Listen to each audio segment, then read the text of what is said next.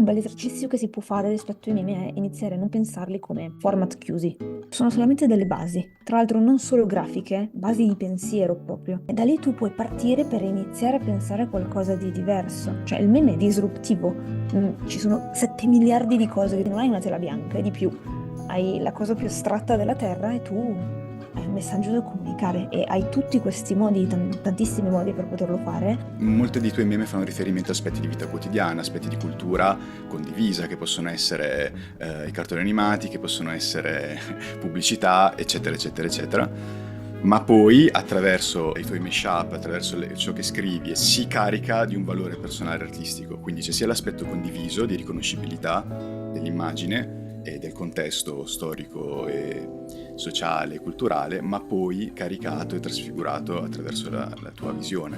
Quello che noi chiamiamo un meme, che in realtà secondo me sono solamente tante impressioni condivisibili.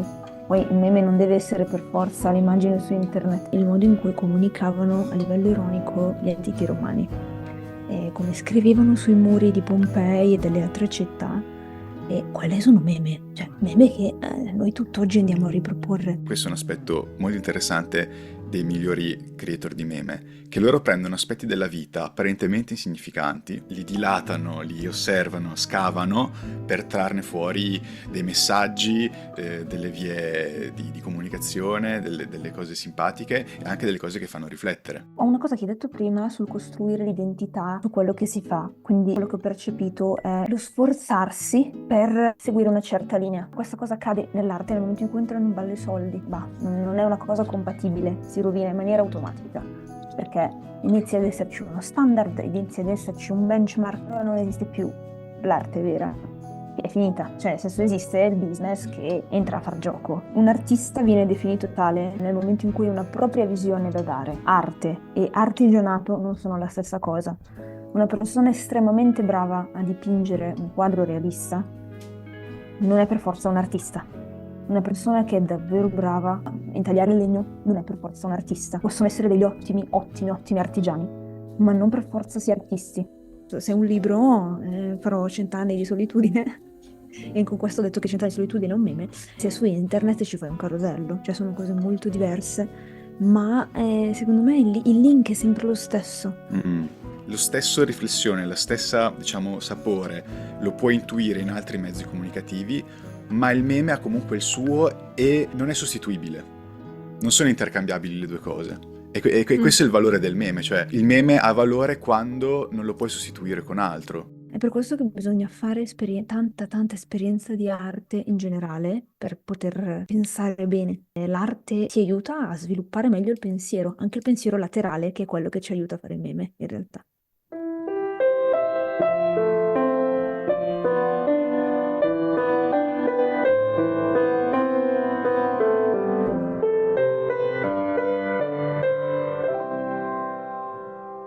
Sono molto contento di ospitare oggi Inutile Arte Monica Magnani. Grazie Monica, grazie mille. Ciao, e grazie a te, Ciao. anzi.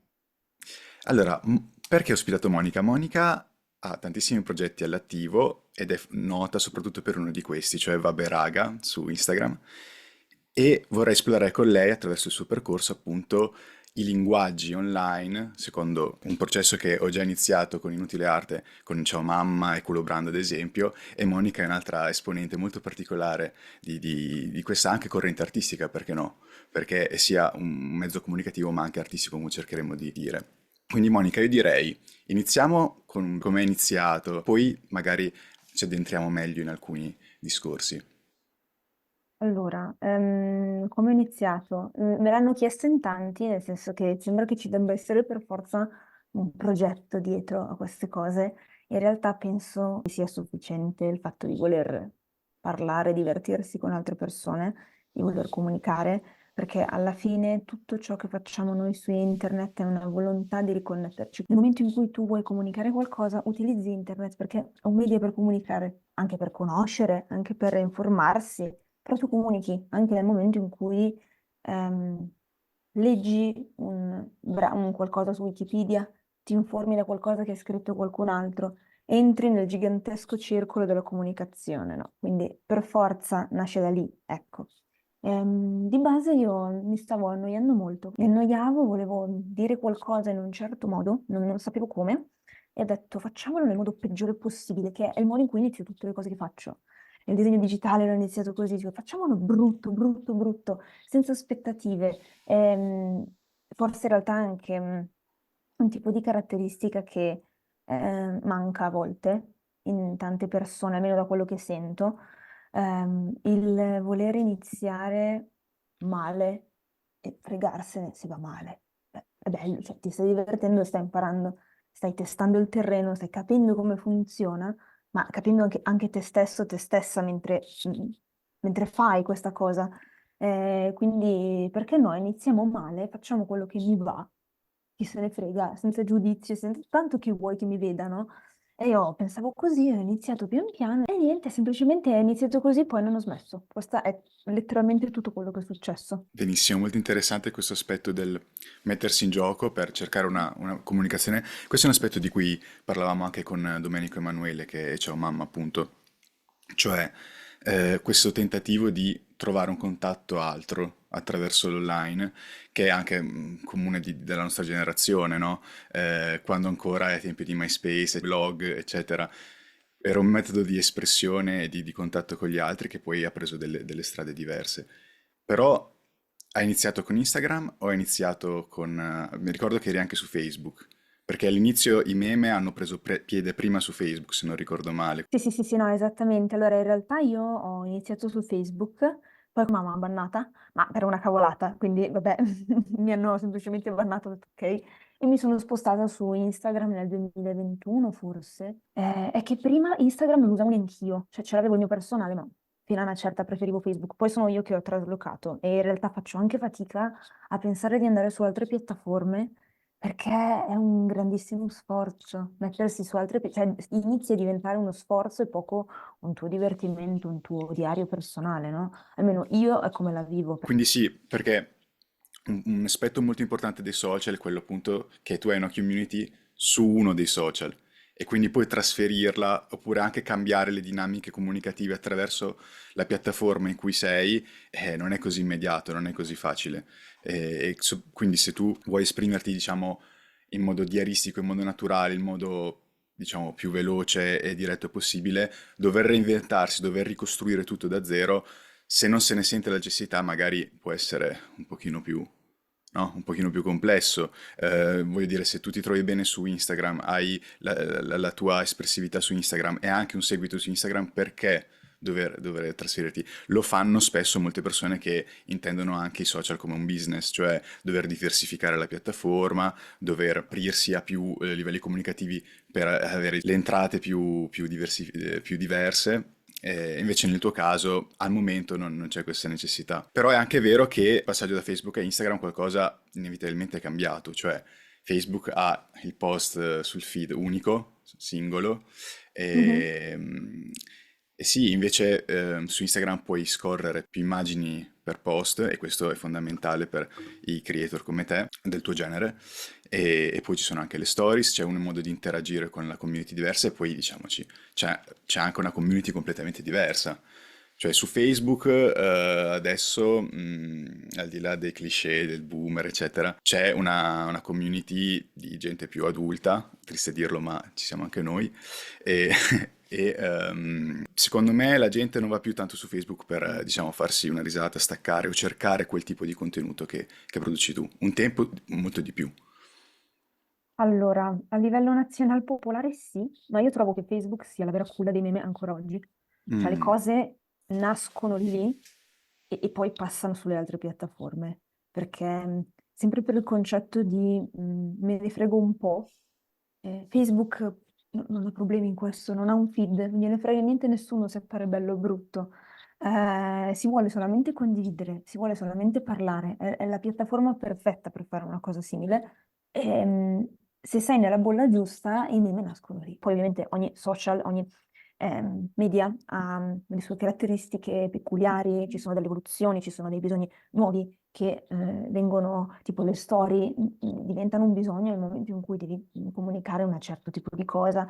Però ci saranno anche altre evoluzioni in futuro. La comunicazione fra esseri umani funziona così, cambia nel tempo, si adatta alle esigenze di quello che si vuole dire, del modo in cui lo si vuole dire, però Facebook non ha ancora perso. Me la sento così. No, io guardo un po' da osservatore esterno, quindi mi interessa molto il tuo parere da questo punto di vista e quindi dici devi essere nella bolla giusta perché poi c'è sempre l'aspetto dell'algoritmo, no, che incombe. Ma sono più pagine, diciamo, pubbliche, anche piccole, oppure sono tipo dei gruppi? Dov'è che secondo te c'è questa fucina di meme? Perché è molto interessante come aspetto. Allora, sono in gruppi e tra l'altro prima ho sbagliato a parlare di bolle perché a livello di comunicazione, cioè hai beccato la tipa che è laureata in comunicazione e che ci lavora, nel lavoro vero, non la pagina di meme. In realtà di bolle è già più difficile parlarne adesso perché con la viralità e tante cose legate all'algoritmo e ai social, la bolla è un po' una cosa vecchia da dire. Mhm. Però sì, ci sono dei gruppi che fanno la rivoluzione in segreto su Facebook, quindi è una cosa un po' così. Secondo me, tra l'altro, è pure bella questa cosa, cioè del fatto che la vecchia guardia Mhm. faccia ancora da guardiano spirituale, appunto, a quello che viene buttato fuori, no? Ehm, E niente, è una cosa che su Instagram in realtà non mi capita di vedere perché è tutto molto ego riferito su Instagram, verso il proprio profilo. Poi certo, puoi andare su una pagina, puoi commentare, puoi fare tutto questo genere di cose, ma non è la stessa cosa. Cioè, su Facebook sei in piazza e su Instagram sei sul poggiolo di casa tua. Sono due cose molto diverse. Molto bella questa cosa. Quindi effettivamente, allora, da una parte io apprezzavo il linguaggio di Instagram perché io vado sulla tua pagina, vado sulla pagina di altri content creator e vedo uno stile, vedo qualcosa di Mm. molto personale e quindi la componente artistica di cui magari parleremo dopo. Però l'aspetto invece di collezione, di creazione collettiva, di comunità di piazza, come diciamo momento di partenza perché poi dopo il content creator singolo possa sviluppare un proprio linguaggio è altrettanto interessante e altrettanto di valore. Mi piace molto. E poi adesso io ripeto, non sono uno specialista, però credo che anche Reddit da questo punto di vista sia un luogo importante. Sì, sì, e io non lo uso, tra l'altro, a meno che non mi servano dei cheat particolari per dei videogiochi. Quindi se non ho un problema specifico non vado a cercare su Reddit, ma so che tante persone lo usano come primo canale di informazione, perché lì è la piazza che magari non hanno trovato su Facebook. Io l'ho trovata su Facebook, tanta gente l'ha trovata in altre piazze più particolari, ma semplicemente perché il focus è spostato su noi e non sull'io. E se il centro è sempre l'io su Instagram. E secondo me anche su TikTok, ovviamente, anche su Twitter o X, come lo si vuol chiamare. E questa è la grande differenza. E secondo me, per fare un'esperienza social completa devi averli tutti e due. Tutti e due di questi tipi. Sì, ma poi pensandoci è anche una cosa che accomuna tutti gli artisti e tutta l'arte, cioè ci sono delle forme artistiche di linguaggio che sono diciamo più condivise dalla comunità, più popolari e poi il singolo artista può svilupparle in modo personale, e creare, sì, in modo anche un po' riferito a volte. Allora a quel punto poi possiamo aprire il tema, ma non c'entra con la discussione di oggi. Allora, ogni artista, avendo uno stile, lo stile è sempre ego riferito, è sempre un po' anche narcisista da certi punti di vista. Dico, secondo me l'artista non è ego riferito, l'artista mostra la propria, cioè, allora, un artista viene definito tale, secondo me, nel momento in cui ha una propria visione da dare. Artista, arte e artigianato non sono la stessa cosa. Una persona estremamente brava a dipingere un quadro realista non è per forza un artista. Una persona che è davvero brava a intagliare il legno non è per forza un artista. Possono essere degli ottimi, ottimi, ottimi artigiani, ma non per forza si artisti. Quindi nel momento in cui tu sei un artista e stai dando la propria visione del mondo, perché un artista è quello che ha, è dare la propria visione del mondo che è unica nel suo genere, è per forza sua.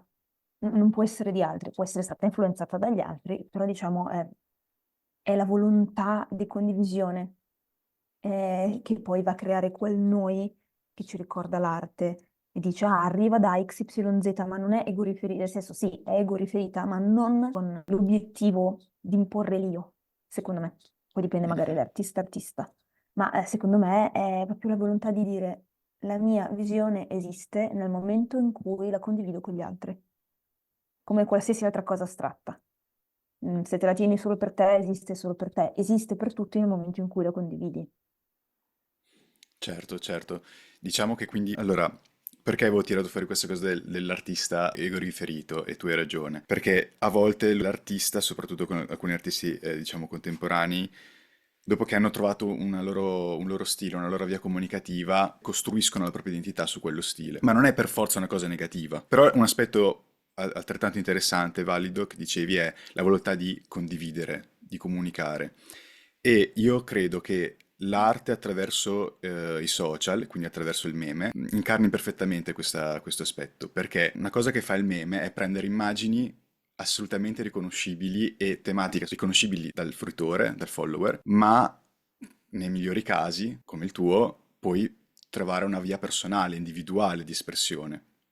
Cioè, molte dei tuoi meme fanno riferimento a aspetti di vita quotidiana, aspetti di cultura condivisa, che possono essere i cartoni animati, che possono essere pubblicità, eccetera, eccetera, eccetera. Ma poi, attraverso i tuoi mashup, attraverso ciò che scrivi, si carica di un valore personale artistico. Quindi c'è sia l'aspetto condiviso di riconoscibilità dell'immagine e del contesto storico e sociale e culturale, poi caricato e trasfigurato attraverso la tua visione. Ti ritrovi in questo oppure credi ci sia altro da... Ah no, sicuramente, cioè io penso di metterci del mio, banalmente. Penso che lo facciano un po' tutti, no? Nel momento in cui tu hai qualcosa da comunicare, perché alla fine se tu fai quello che noi chiamiamo un meme, in realtà secondo me sono solamente tante impressioni condivisibili. Poi il meme non deve essere per forza l'immagine su internet, però quando si pensa al meme si pensa sempre all'immagine divertente su internet. Per me non è assolutamente solo quello, non è l'unica riduzione, sono tante impressioni che tu puoi condividere con altre persone e le persone possono fare proprie. Sono tanti piccoli insight che la gente assimila in maniera estremamente personale, quindi è una condivisione anche intima forse. Quindi sì, io penso che ognuno, tutte le persone che fanno cose, hanno qualcosa di personale da dire e giustamente ci mettono del loro, ci mettono le loro reference, se devono parlare della loro nonna, metteranno all'interno dell'immagine, del video, dell'audio qualcosa che ricorderà la loro nonna, che io non lo so com'è stata, però sanno loro appunto che cosa metterci dentro. Però volevo ricollegarmi a una cosa che hai detto prima sul costruire l'identità su quello che si fa. Quindi io quello che ho percepito è lo sforzarsi per seguire una certa linea. Forse di... Non so, secondo me questa cosa accade nell'arte nel momento in cui entrano in ballo i soldi. Nel momento in cui il soldo incontra l'arte, bah, non è una cosa compatibile, si rovina in maniera automatica, perché inizia ad esserci uno standard, inizia ad esserci un benchmark e allora devi fare bene perché devi fare così e allora non esiste più l'arte vera, che è finita, cioè nel senso esiste il business che entra a far gioco. Però secondo me sono due cose che vanno proprio distinte. Nel momento in cui una produzione, chiamiamola così, è molto indie, è libera, quella è davvero arte, quella è davvero la tua volontà che vuole esprimersi. Nel momento in cui devi vendere, anche per campare, per carità, ci sono altre regole che non sono l'arte a cui devi sottostare. Quindi, soprattutto in questo periodo dell'internet, della riproducibilità, dell'annullamento anche delle maestranze vere, perché purtroppo ci sono tantissime persone che riescono a fare un lavoro senza avere mh, quel talento alla Michelangelo per riuscire a pubblicare un libro, non devi più essere estremamente bravo, ti basta essere solo ok a volte. E questo è un esempio che faccio, in cui basta andare in libreria per rendersene conto. Non dico che sia un male, abbiamo anche bisogno di libri ok, ma semplicemente si annulla un po' la maestranza della scrittura in questo caso. E, quello che hai detto mi ha aperto questa finestrella, e secondo me è davvero così. Sì, ci sono tante cose che possiamo approfondire. A me piacerebbe recuperare anche l'argomento dell'artigiano, che si lega anche a quello che dicevi adesso, cioè della maestranza della scrittura, eccetera, e che si collega anche al meme, perché tu dici sì, quando un creator fa i meme, mette sempre della propria individualità. E però io distinguo chiaramente i creator come te e altri da quelli che fanno i meme, diciamo, in modo molto artigianale, che magari funzionano, ti fanno fare la risata, sì, ma manca quello spessore, manca quella profondità, sia estetica ma anche di significato. E, non so, sei d'accordo su questo? Ma sì, secondo me ci possono tranquillamente essere dei meme tranquilli, cioè universali, easy, che possono essere ricondivisi letteralmente da chiunque, che vedi anche tipo boh, su pagine di informazione generaliste. E poi ci sono anche altre cose un pochino più profonde, ma secondo me questa cosa si applica a tutte le branche. Cioè posso fare un disegnino un po' così, senza uno stile, senza un tratto, senza una palette di colori che mi contraddistingue, senza soggetti che mi contraddistinguono, perché mi va di disegnare e va benissimo. C'è bisogno di fare anche queste cose. E poi c'è magari un artista che ha il suo stile, ha i suoi simboli, ha tutti i suoi colori, ha tutte le sue cose. Quindi penso sia in realtà anche molto normale. Nel momento in cui esiste qualcosa di molto profondo, esiste anche qualcosa di molto leggero e penso che debbano coesistere entrambe le cose. Sì, anche perché adesso il meme è anche un mezzo pubblicitario, di fatto, no? Quanti, quanti brand usano il meme come mezzo comunicativo? Cioè, quindi in quel caso c'è un doppio giro forse, nel senso che il meme recupera immagini quotidiane riconoscibili per entrare in comunione con l'osservatore, come dicevi tu. Poi il meme a quel punto diventa quasi esso stesso un format riconoscibile, svincolato dall'immagine di partenza, e quindi poi viene recuperato dal brand come mezzo comunicativo valido per trovare comunione con il possibile acquirente, con il target. Cioè, se prima il creator usa il meme sfruttando immagini che sono al di fuori dell'internet, dopo questa immagine al di fuori dell'internet, questo format di meme diventa, diciamo, riconoscibile e un'autorità di per sé, perché subito entra in contatto con lo spettatore, perché? Perché lo spettatore subito capisce il format del meme. Allora poi il brand lo recupera, ma non per avere una condivisione come quella di partenza del content creator, ma perché già il format meme funziona e quindi lo usa come mezzo pubblicitario, credo. Guarda, io in realtà lavoro nei social e magari, vabbè, lavoro nei social e nell'intrattenimento, quindi vedo, a parte me, creator su creator, talent su talent tutti i giorni. E, i miei colleghi saranno felicissimi di sentirlo, per me il business e i meme non vanno insieme, l'ho sempre detto. Non sono due cose compatibili, nel senso che il business ha troppi paletti che la gente fuori non immagina, nel senso che manca una fetta gigantesca di cose che giustamente la gente che ci lavora non è scema. Ci sono dei professionisti pazzeschi all'interno dei canali di comunicazione di brand vari, che sono davvero capaci. Eh, Però ci sono altre cose che magari ti frenano. Un brand ha una logica tutta sua e tra l'altro secondo me i meme hanno come caratteristica intrinseca una certa libertà che nel brand non può essere rispettata. Molto sintetico, secondo me quello è esattamente quello che è. È importante uscire dopo aver fatto esperienza della questione del format nel meme, perché format è ok, ma il format nel meme esiste solo come base, cioè è una base di pensiero, non è un meme. Cioè, se ti posso dire, una tra l'altro delle mie basi preferite è quella loro non sanno che dove c'è il tipo col cappellino nella stanza della gente che balla. Quella è una base, non è un meme fatto e finito. E da lì tu puoi partire per iniziare a pensare a qualcosa di diverso. Cioè, il meme è disruptivo. Ci sono 7 miliardi di cose che tu hai anzi, non hai una tela bianca, è di più. Hai la cosa più astratta della Terra e tu hai un messaggio da comunicare e hai tutti questi modi, tantissimi modi per poterlo fare. E poi ovviamente ribaltare un format è una cosa divertentissima, è forse una delle cose più divertenti dei meme, cioè prendere una cosa che ha avuto una certa linearità e poi ribaltarla in un altro modo, vederla in un altro modo. Questo è anche carino. Hai più empatia verso il modo in cui viene ribaltato. Però un bel esercizio che si può fare rispetto ai meme è iniziare a non pensarli come format chiusi. sono solamente delle basi, tra l'altro non solo grafiche, basi di pensiero proprio. E secondo me è molto utile. Poi, vabbè, il brand è proprio un'altra cosa e ehm, secondo me siamo arrivati in un punto in cui un brand non deve comunicare attraverso i meme, ma avere una personalità, nel senso che non si deve accontentare di fare l'immagine felice, ma fare come KFC Spagna forse, che sono totalmente fuori controllo, però loro hanno una personalità, è per questo che li segui volentieri, cioè io ho poco tempo, internet è un macello, perché dovrei seguire un brand a caso? Io seguo KFC Spagna che so chi è, cioè è come se fosse una persona, la posso quasi vedere, no?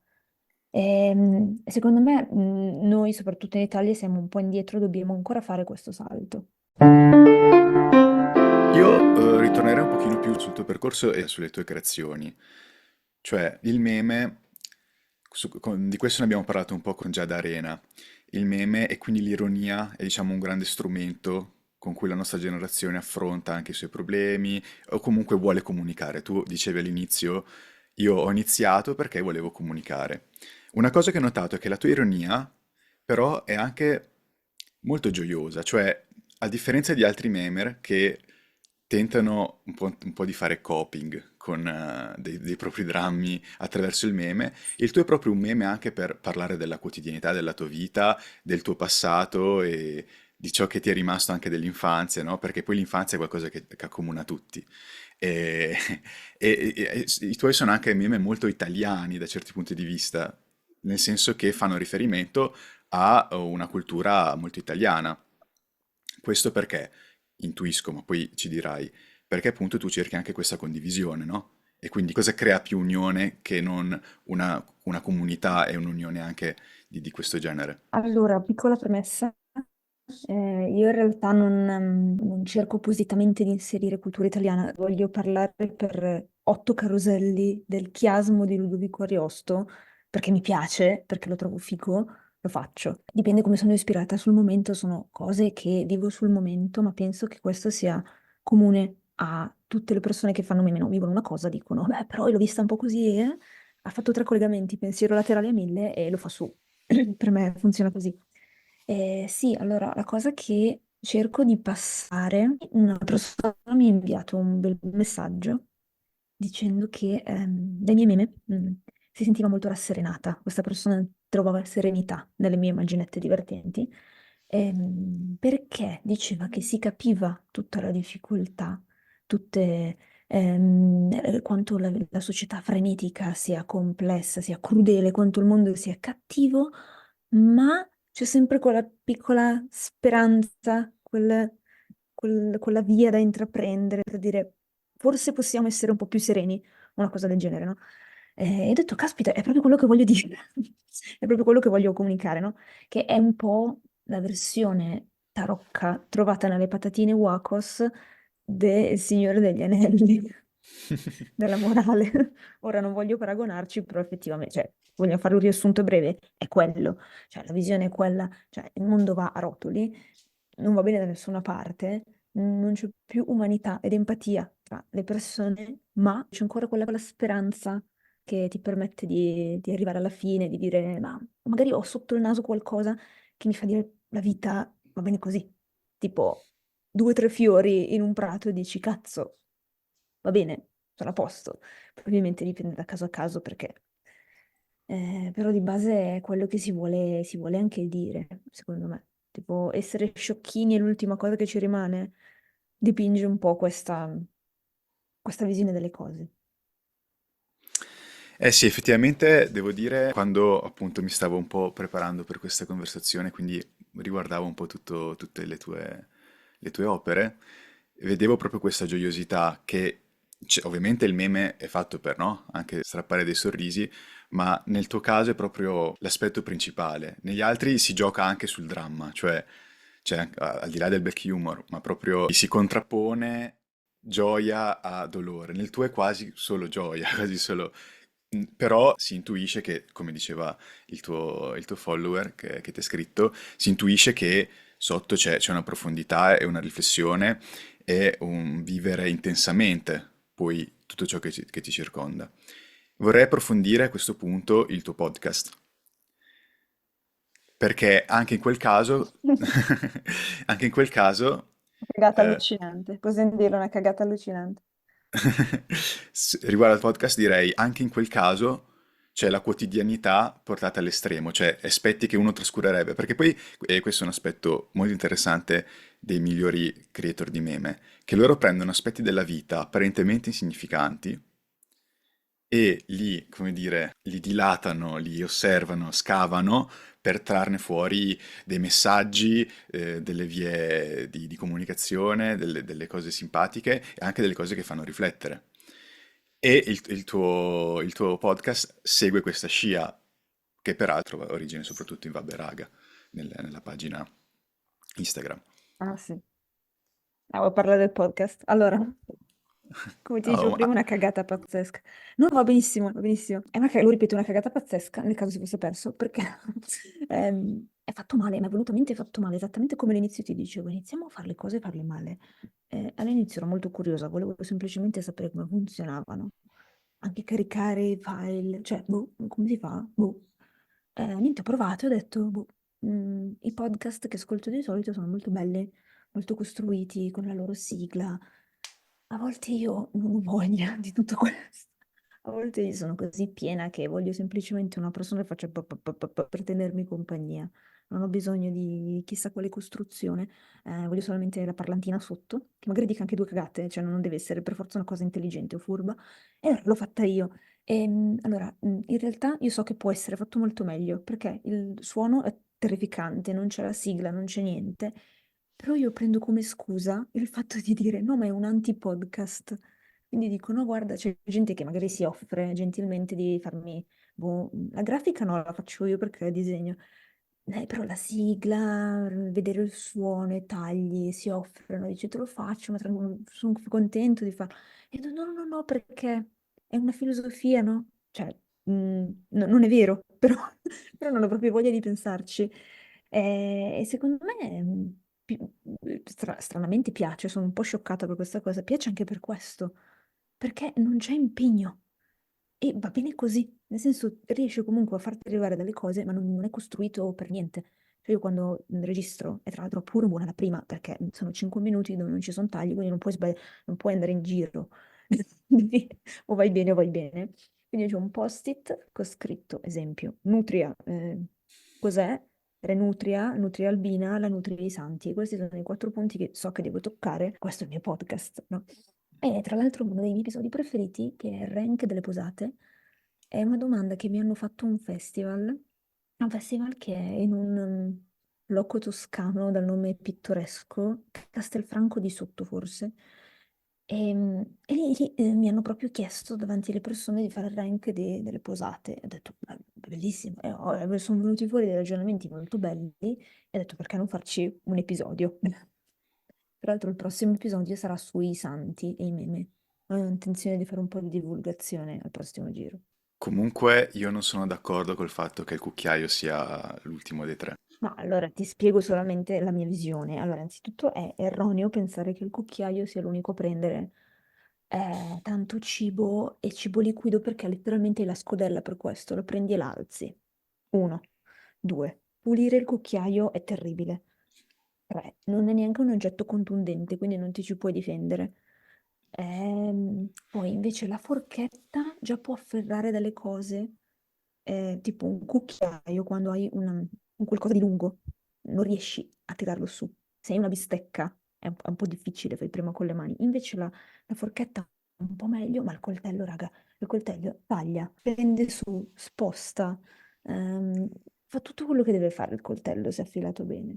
E ti difende anche, quindi Hai ragione, dai. Ci ho provato, però effettivamente il coltello non ha pari. Io vorrei adesso chiudere con l'approfondire un po' l'aspetto di cui avevo accennato, cioè quello del memer come osservatore della realtà. Cioè il memer che prende aspetti del quotidiano e anche non del quotidiano e ne trae delle cose che io non vedo né in libri né in musica né in film.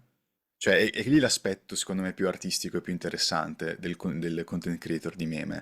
Cioè, come osservatore della realtà e riproduttore della realtà, sia in una veste comunicativa, ma anche proprio di riflessione unica, che non vedo altrove.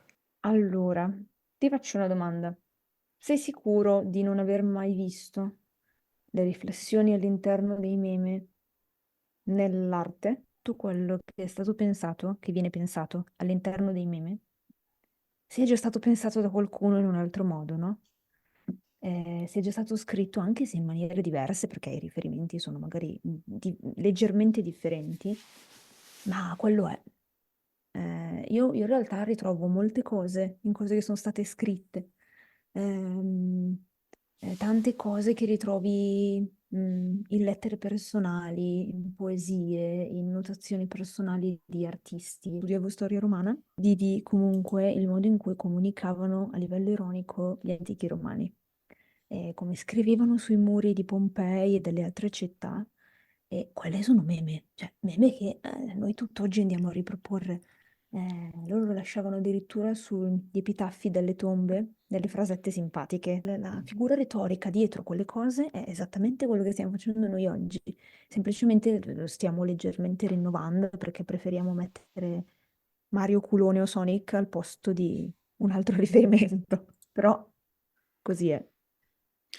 Allora, da un certo punto di vista sono d'accordo, secondo me ci sono più fili da seguire. Il primo è quello del pensiero. Tu dicevi, alcuni pensieri che ci sono nei meme li troviamo magari in riflessioni personali di artisti, in diari o anche semplicemente in libri, eccetera. Sì, però questa è diciamo la parte più astratta, cioè di pensiero. Poi tu dicevi, l'ironia è comune a tutte le epoche.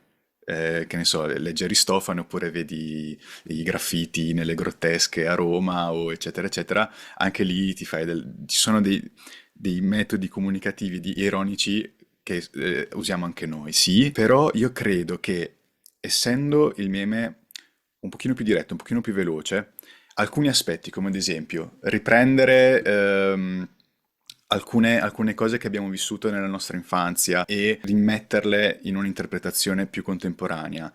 Aspetti quindi di cultura che non troverebbero posto in un romanzo, o almeno forse alcuni romanzi lo fanno, ma sono molto pochi e prendono solo alcuni di quegli aspetti. Il fatto che il meme è spesso un mezzo di comunicazione quotidiana, cioè il memer produce i meme molto spesso e quindi accompagna quotidianamente con la sua produzione. Ha uno sforzo minore piuttosto che scrivere un libro a livello di tempo, non di vita e di vissuto. Eh, Sicuramente anche di vite, semplicemente che secondo me anche a livello di vita e di vissuto un romanzo fatto bene è la sublimazione del esatto. pensiero che tu trovi in un brano.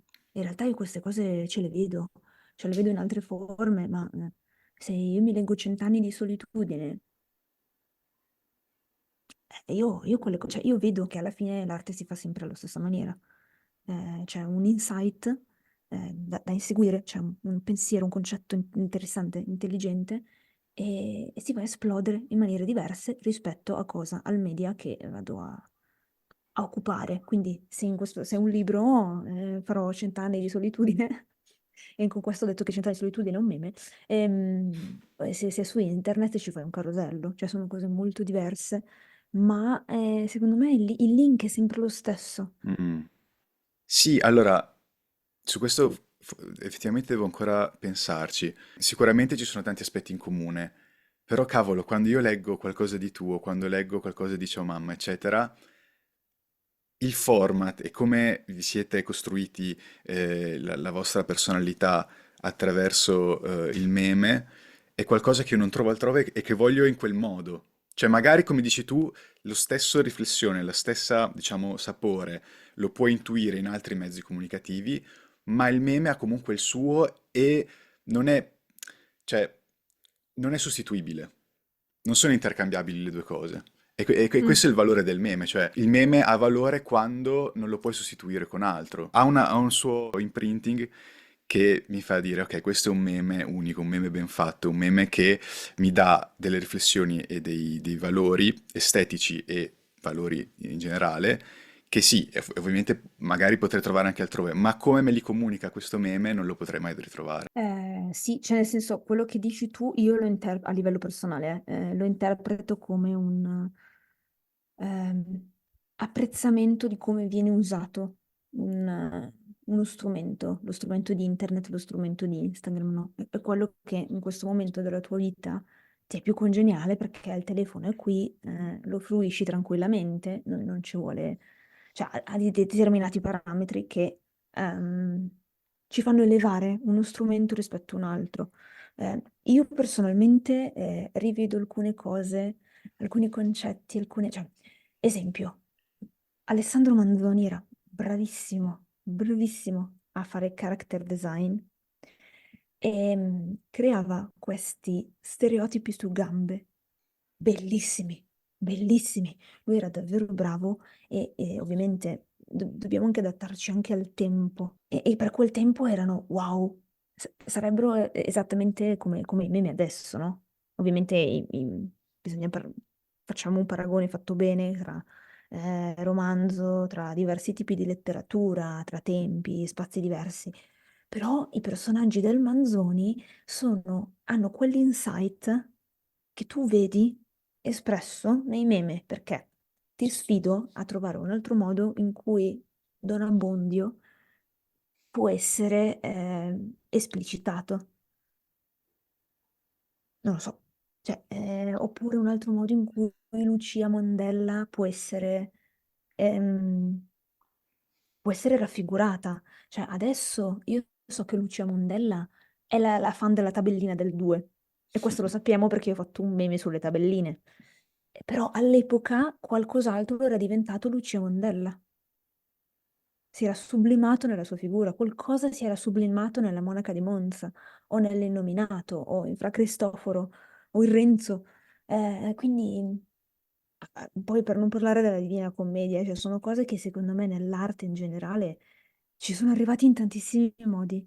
Sono tutti piccoli insight sulla vita che in qualche modo sono arrivati, come le lettere di Cesare Pavese. Però queste cose ci sono, secondo me. È per questo che bisogna fare tanta, tanta esperienza di arte in generale per poter pensare bene. L'arte e qualsiasi strumento, includo anche i videogiochi in questo, ti aiuta a sviluppare meglio il pensiero, anche il pensiero laterale, che è quello che ci aiuta a fare meme, in realtà. Chiudiamo, salutiamoci dicendo un pochino del futuro, cioè vabbè raga, è un metodo per comunicare, adesso tu comunichi con decine di migliaia di persone e Assurdo. Mm. qual è il tuo progetto futuro? Cioè cosa vuoi sviluppare il tuo linguaggio comunicativo in un certo modo? Seguirai il flusso come hai fatto all'inizio? Qual è la tua idea a riguardo? Allora, vabbè, raga, non è il mio progetto più importante, cioè a livello di cuore, nel senso che io ho sempre avuto il desiderio di scrivere, ed è quello che voglio fare, ho sempre avuto il desiderio di fare dei testi sperimentali, soprattutto attraverso anche il disegno, perché io disegno in digitale. Ed è quello che voglio fare. Quindi magari riuscire a fare qualsiasi prodotto che possa, boh, un calendario scritto, un piccolo romanzo, un romanzo che si intervalla illustrazioni.